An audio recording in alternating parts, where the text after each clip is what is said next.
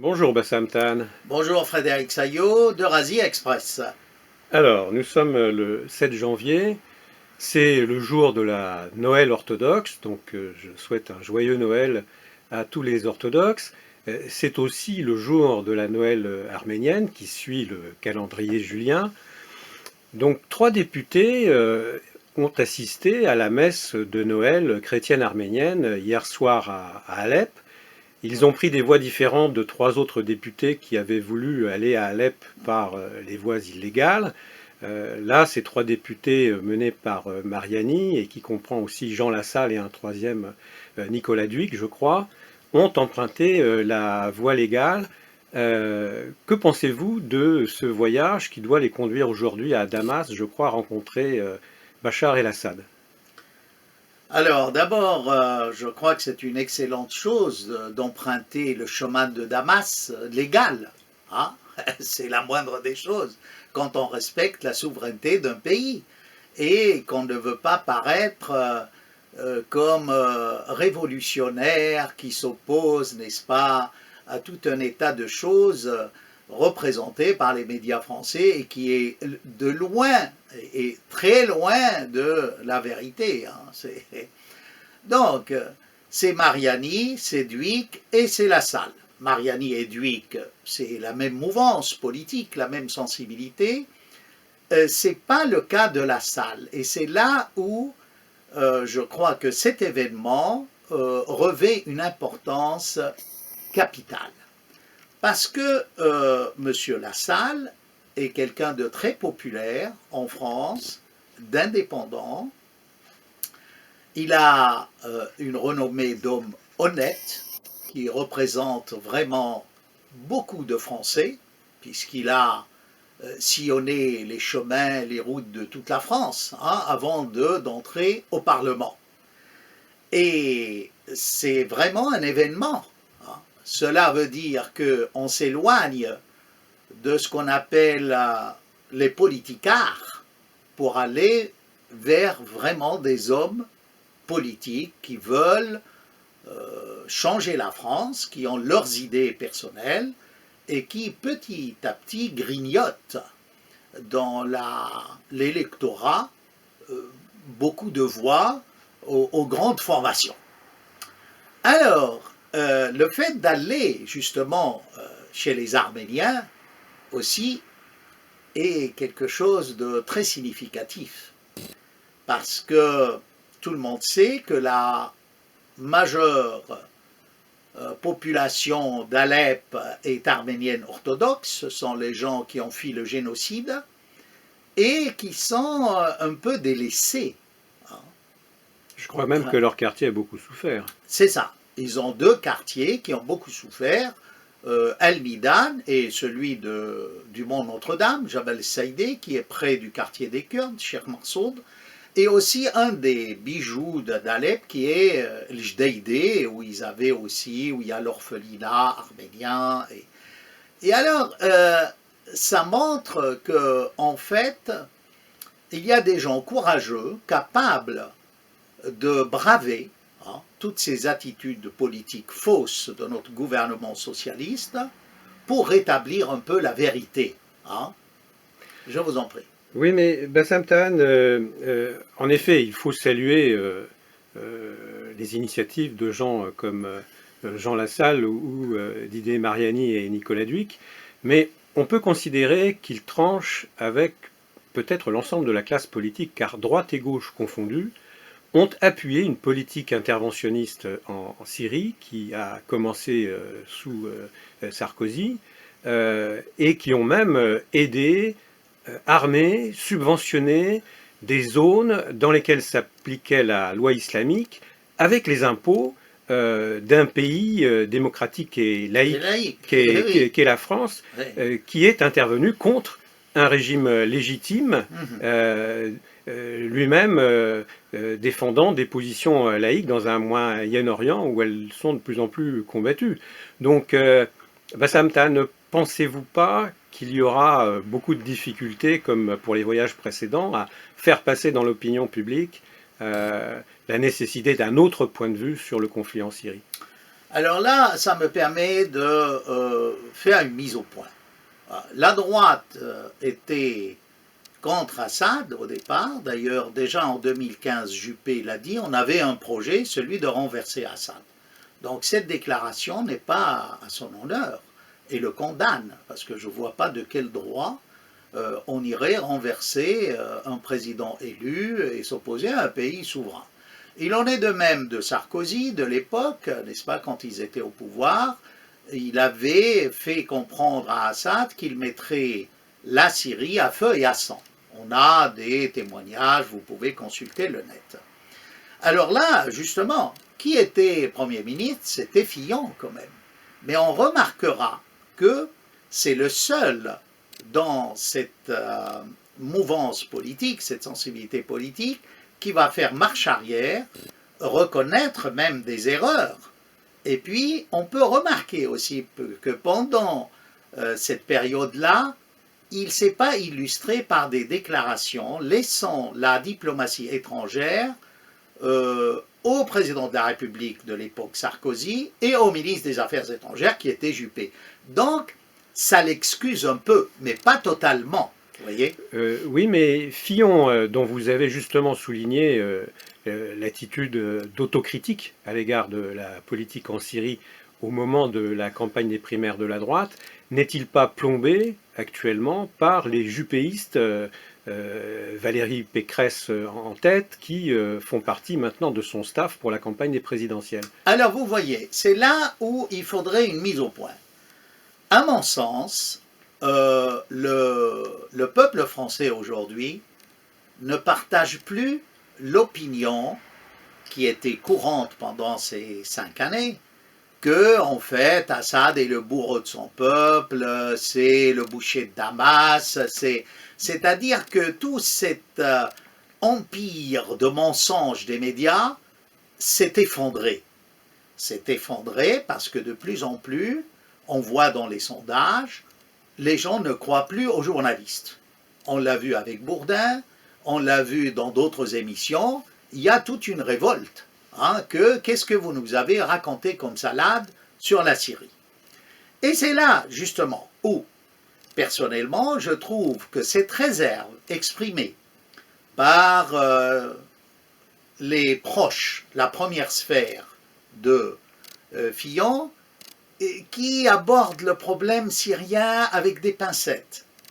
D'ailleurs, on remarquera que tous ces gens-là qui veulent être plus objectifs avec le problème syrien ont toujours un mais. Mais Assad n'est pas un enfant de cœur. Mais je ne défends pas le gouvernement Assad. Mais alors je crois que là, il se trompe.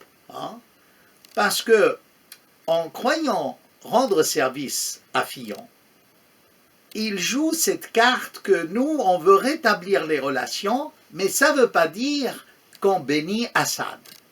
Or, le renversement auquel on assiste aujourd'hui chez le peuple français, c'est que le peuple français est de plus en plus convaincu qu'on l'a traîné dans la farine pendant 5 ans et que tout ce qu'on lui a raconté sur Assad, et faux, par exemple, les massacres d'Alep, jusqu'à maintenant, on a pu prouver que les massacres ont eu lieu, c'était du fait de qui? De ceux qu'on a évacués et qui peut-être un jour commettront des attentats chez nous. Bravo, pour la politique efficace de tous ceux qui ont appelé à évacuer et à donner la vie saine et sauve à ces terroristes. Vous voyez, c'est là, à mon avis, une grave erreur de la part des fillonistes, si je puis dire, qui essayent encore de croire que l'électorat est contre Assad, Non, c'est pas vrai. Ça, c'est une mise au point qu'il faut faire. Et vous verrez, je ne crois pas me tromper. Parce que de plus en plus, on voit dans le net d'autres gens qui se révoltent, qui se disent, mais enfin, ce chimique de Damas, vous ne l'avez pas prouvé, les massacres d'Alep, c'est bidon, le dernier hôpital à Alep, c'est encore bidon, le dernier pédiatre à Alep, n'en parlons pas. Donc, Et puis en plus, comme la Turquie a changé de politique, il se trouve mal, vous voyez. Alors moi, si j'ai un conseil à donner à Fillon, c'est au contraire, il faut rétablir la vérité. Hein. Ça ne consiste pas à dire comme les gens qui ont été, par exemple, auparavant, les députés qui ont été en Syrie, en rentrant, je pense à Millard. D'ailleurs, j'étais à l'origine de cette première rencontre en France où Millard a pu rencontrer 3 parlementaires syriens ici au Parlement avec Gérard Bapt, qui est lui est socialiste. J'étais dans cette réunion et le président de l'Assemblée du Parlement, vous voyez. Donc, il y a toujours ce mais. Hein. Il faut une réserve. Hein. Mais, alors, là, ça ne marche pas. Hein, parce que jusqu'à maintenant, il faut opposer des arguments. Il faut montrer en quoi Assad est un boucher. Et eux ne le sont pas. Or, plus on avance dans ce problème, on découvre que Hollande a contourné l'embargo et il a vendu des armes ou donné des armes aux islamistes. Vous voyez que dans tous ces procès de propagande pour les islamistes, Fabius est condamné hein, d'office. C'est un crime contre l'humanité. Il fait l'apologie des terroristes. Vous vous souvenez, on ne trouve d'ailleurs plus la vidéo, où il dit, on l'a entendu et on l'a vu, Al-Nusra, les islamistes font du bon boulot. Alors, je vous en prie. Donc vous n'accordez pas l'innocence préalable à Fabius, la présomption d'innocence à Fabius. Nous reviendrons sur la position des différents candidats de gauche pour terminer de balayer la droite. Vous avez montré l'ambiguïté du camp Fillon. 2 autres candidats sont beaucoup moins ambigus sur le dossier syrien.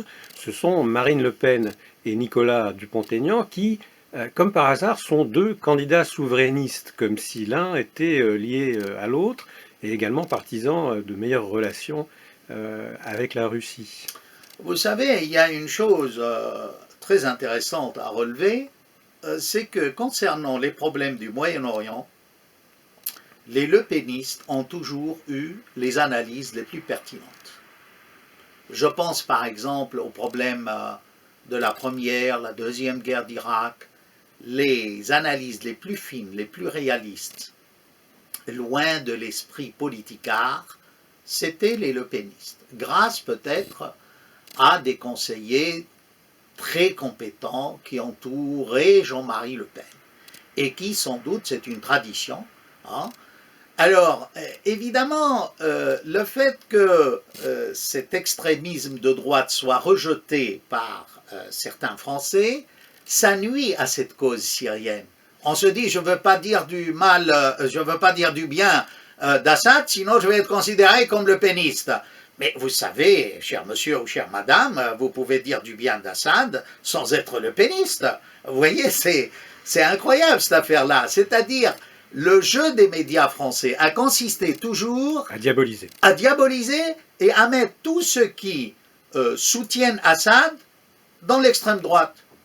Écoutez, moi je peux vous dire, je soutiens Assad, je ne suis pas d'extrême droite, loin de là. Vous voyez, mais ça c'est le piège. Alors, évidemment, là maintenant les Français sont intelligents, ils comprennent cela.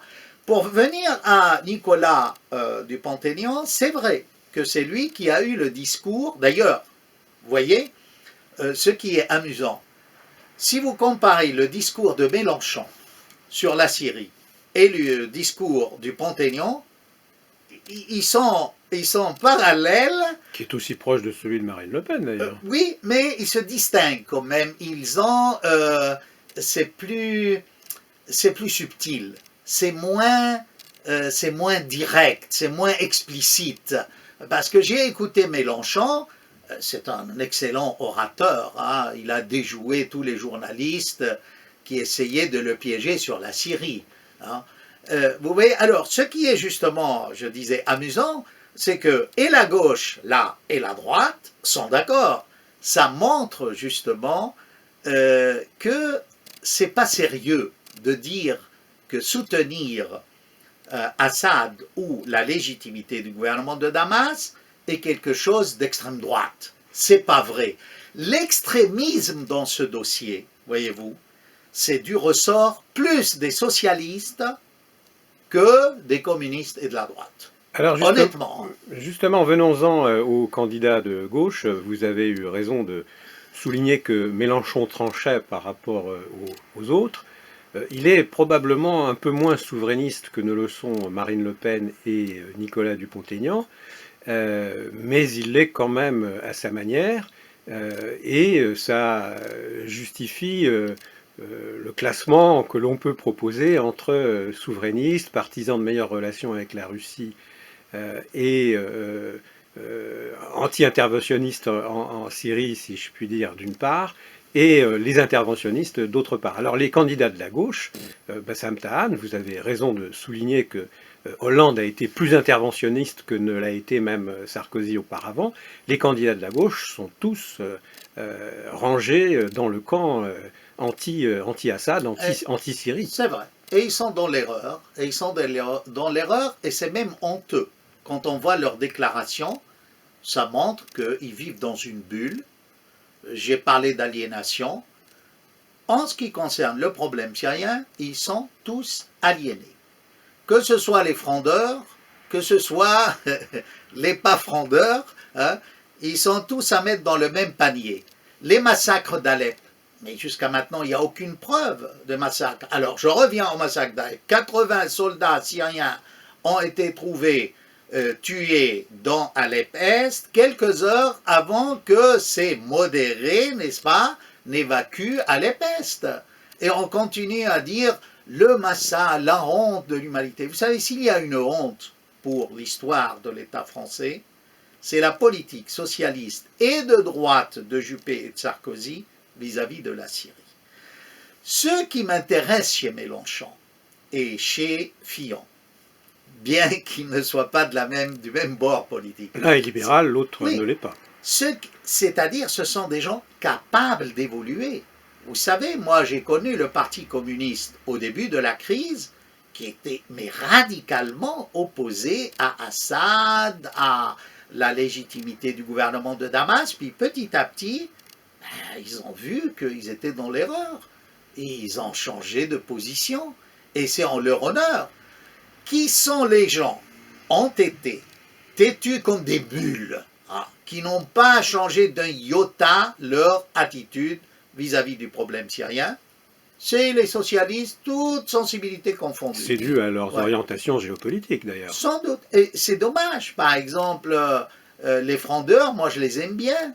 Mais que ce soit Hamon, que ce soit, comment il s'appelle, l'autre frondeur, son nom...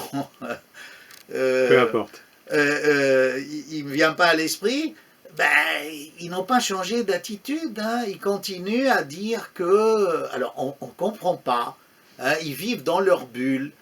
Et alors, venons aussi à quelqu'un qu'on a créé de toutes pièces, qui est Macron. Moi, je demanderais à Macron, carrément, parce que je suis convaincu que le peuple français n'avale plus cette histoire de bourreau de son peuple, tout ça, c'est tombé à l'eau. Hein? Et je crois qu'un jour, tous les gens que j'ai cités vont être jugés. Hein? Ça ne s'arrête pas là. Hein? Ceux qui ont, ils ont du sang sur les mains. Hein? Si ce n'est pas du sang contaminé, c'est un autre sang. Hein? En tout cas, par le jugement de l'histoire. Juste, par le jugement de l'histoire, ils le sont déjà. Je crois que tout homme objectif et honnête dit que la France a raté son rendez-vous avec l'histoire dans le dossier syrien. Et sur le printemps arabe en général. En général. Revenons à Macron. Alors je demanderais à Macron d'être encore plus clair, hein, sur le dossier syrien. Parce que dans ses déclarations, il s'aligne carrément sur les positions de tous les autres socialistes. Alors dites-moi, monsieur Macron, en quoi, n'est-ce pas, vous êtes différent dans vos projets politiques et votre conception de la politique de celle de ceux que vous contestez. Hein? Vous dites que vous n'êtes pas socialiste, c'est très bien, Hein? Mais alors, pourquoi vous adoptez l'attitude socialiste vis-à-vis du problème syrien? Et ça vous plombera, Monsieur Macron. Je vous dis encore, tous ceux qui croient que faire des mais à propos d'Assad, mais ce n'est pas un enfant de cœur, mais je ne dis pas que je le soutiens, mais ceci, mais cela, sont dans l'erreur. Et il y a un grand changement dans l'opinion française. Alors, si vous vous fiez des sondages, très bien, consultez le net, vous verrez les réactions. Hein. Ceux qui soutiennent cette opposition fantoche, c'est comme une peau de chagrin, ça rétrécit jour après jour. Et vous êtes condamnés. Et même le paysage mondial, international, ne va plus dans ce sens-là. Attendez quand Trump va arriver à la Maison-Blanche, tous ceux qui ont accusé Fillon de russophilie ou je sais pas quoi, ou de russomanie, vont revoir leurs calculs. Hein? Parce que si vraiment il y a un pays qui est intervenu d'une manière honnête, en respectant les civils et la souveraineté et la loi, c'est bien la Russie. Mais nous, on a été lamentable du début jusqu'à la fin. Alors j'espère que Fillon ne va pas prêter oreille à tous ces conseillers qui se trompent, hein, en lui disant il ne faut pas s'engager trop près d'Assad. La preuve, vous voyez, la preuve, à mon sens, c'est que ce soit Lassalle qui aille en Syrie. Lassalle est une voix pure, hein, qui ne représente ni la droite, ni la gauche, ni... c'est quelqu'un qui est sorti de ce peuple français, du fin fond, hein, de sa région, voyez. Et si lui a voulu aller en Syrie, ça veut dire beaucoup de choses, à mon avis. Et il ne se trompe pas. Hein. Voilà. Vous avez raison de dire que Jean Lassalle n'est ni de droite ni de gauche, mais il l'est dans un autre sens que Macron, dont vous parliez tout à l'heure. Macron me paraît typiquement le genre de candidat qui n'est pas de gauche, qui n'est pas de droite non plus, mais qui est tout simplement le candidat de l'oligarchie, Bassam Tal. Il est candidat de l'oligarchie, il est aussi candidat, je crois, de Hollande. Hein. On a beau dire, hein, parce que jusqu'à maintenant, le jeu de Hollande n'est pas clair vis-à-vis de Macron. Pourquoi il l'a fait venir? Pourquoi il s'est retiré? Alors, on n'a pas dit beaucoup de mal de Valls, il mérite un peu qu'on l'égratigne. Existe-t-il encore? Ouais, alors, moi je crois que Valls n'a aucune chance. Et puis pour ce qui est du dossier syrien, c'était vraiment ridicule quand il annonçait et déclarait au début qu'il ne pouvait pas empêcher des gens d'aller en Syrie renverser un dictateur. Ça, je l'ai entendu dans les médias. Hein. Et alors là, évidemment, il ne parle plus beaucoup de ça.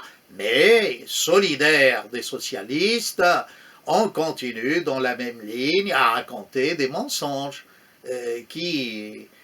enfin, ces mensonges deviennent d'une grossièreté quand le président de la République dit dans ses entretiens que bel et bien il a donné des armes, quand on découvre qu'en Jordanie c'était pas un hôpital militaire, je l'avais prévu moi dès le début, que c'était des centres de renseignement, qu'on a formé des gens en Jordanie pour renverser Assad, qu'on est même passé par le Liban en envoyant des officiers français à la retraite, qu'on a embauché, enfin, mais c'est affreux. Hein. Tout ça, le grand public l'ignore. Hein. Mais pour la simple raison que, ici en France, et là, ce n'est pas simplement le Noël des orthodoxes, c'est aussi l'anniversaire de Charlie, des attentats. On se rend compte que depuis, tous ceux qui contredisent la doxa des socialistes dans les médias ne sont toujours pas reçus à la télé. Hein. On reçoit des gens hier. Enfin, hier, j'ai vu une émission ça fait une semaine, une dame qui affirmait dur comme fer que les islamistes dans l'opposition syrienne, en fait, ne faisaient que 5%. Non mais enfin, peut-on être journaliste dans un grand journal et dire des bêtises aussi énormes, 5 ans après tous les attentats qu'on a eus en France, après le fait qu'on soit sûr que la Russie a éliminé avec l'armée syrienne dernièrement 35 000 terroristes en Syrie, et que jusqu'à cette heure-ci, il y aurait en Syrie près de 100 000 terroristes entre la banlieue de Damas, Idlib, Raqqa. Enfin, mais quand est-ce que, enfin, il va y avoir un tollé, hein? Oui, en effet, Bassam Tahan, c'est l'anniversaire aujourd'hui de l'attentat de Charlie Hebdo, et on peut constater que l'enquête n'a pas avancé. Il a été fait état d'élimination de responsables, entre guillemets, de cet attentat au Moyen-Orient, mais on ne sait toujours pas ce qu'il y a derrière. Concernant Alep, les 3 députés donc, qui se trouvaient hier soir à la messe de Noël vont revenir en France, et l'on peut souhaiter que leur témoignage soit repris par les médias. Ah, j'espère, mais vous savez, remarquez non seulement la réaction des médias, mais des hommes politiques, quand la première délégation de Miyar, Bapt s'est rendue et en Syrie, la première. Comment Sarkozy les a traités de 4 gugus, c'était vraiment à l'emporte-pièce, c'était déplacé, c'était pas digne d'un chef d'État. Et surtout, ce qui lui a coûté sa candidature, peut-être, en partie. peut-être, bien sûr, parce que ce dossier syrien peut plomber beaucoup de candidats, hein. Il faut pas oublier cela. Donc, mes souhaits à tous les hommes politiques de revoir leur situation et de reprendre le chemin de Damas. Merci Bassam Tahan, à bientôt. Merci Frédéric Sayou.